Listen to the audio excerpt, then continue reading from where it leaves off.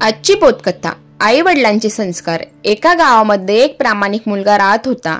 त्याच्या आई वडिलांनी त्याच्यावर खूप चांगले संस्कार केले होते। तो त्या संस्कारांना धरून वागत होता। तो एकदा शेजाऱ्यांच्या घरी काहीतरी कामानिमित्त गेला। घरी कोणी नव्हते, फक्त नोकर होता।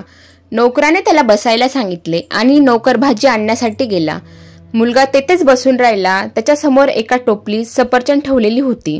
त्याला सफरचंद खूप आवडायचे, परंतु त्याने त्याला हात न लावता तो शेजाऱ्यांची वाट पाहत बसला होता। बऱ्याच वेळाने शेजारी घरी परत आला। त्याने पाहिले की मुलगा वाट बघत बसला आहे व त्याच्या शेजारी सफरचंद असतानाही तो त्यांना खात नाहीये। त्या मुलालाही सफरचंद आवडायचे हे त्यांना माहीत होते, तरी त्याने त्याला हात लावला नाही।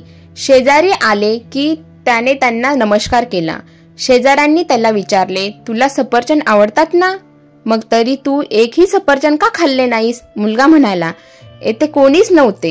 मी एक दोन सफरचंद जरी खाल्ली असती तरी कुणाला काही कळाले नसते। मला कोणीच पाहत नव्हते, पण मी स्वतःला पाहत होतो ना, म्हणून मी खाल्ले नाही। मी स्वतःला फसू शकत नाही। शेजाऱ्याला त्याचे बोलणे ऐकून आनंद झाला। तो म्हणाला, आपला आत्मा आपण काय करतो हे पाहत असतो।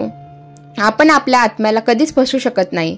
दुसऱ्याला फसू, पण आपण आपल्याला खोटे बोलायचे फार अवघड आहे ना। तात्पर्य, लहानपणीच मुलांना खोटे बोलणे अडवल्यास मुले भविष्यात योग्य दिशेने वाटचाल करतात। मुले वाईट वर्तनाची निघाल्यास त्यांचा दोष आई वडिलांच्या संस्काराचा दोष येतो। धन्यवाद।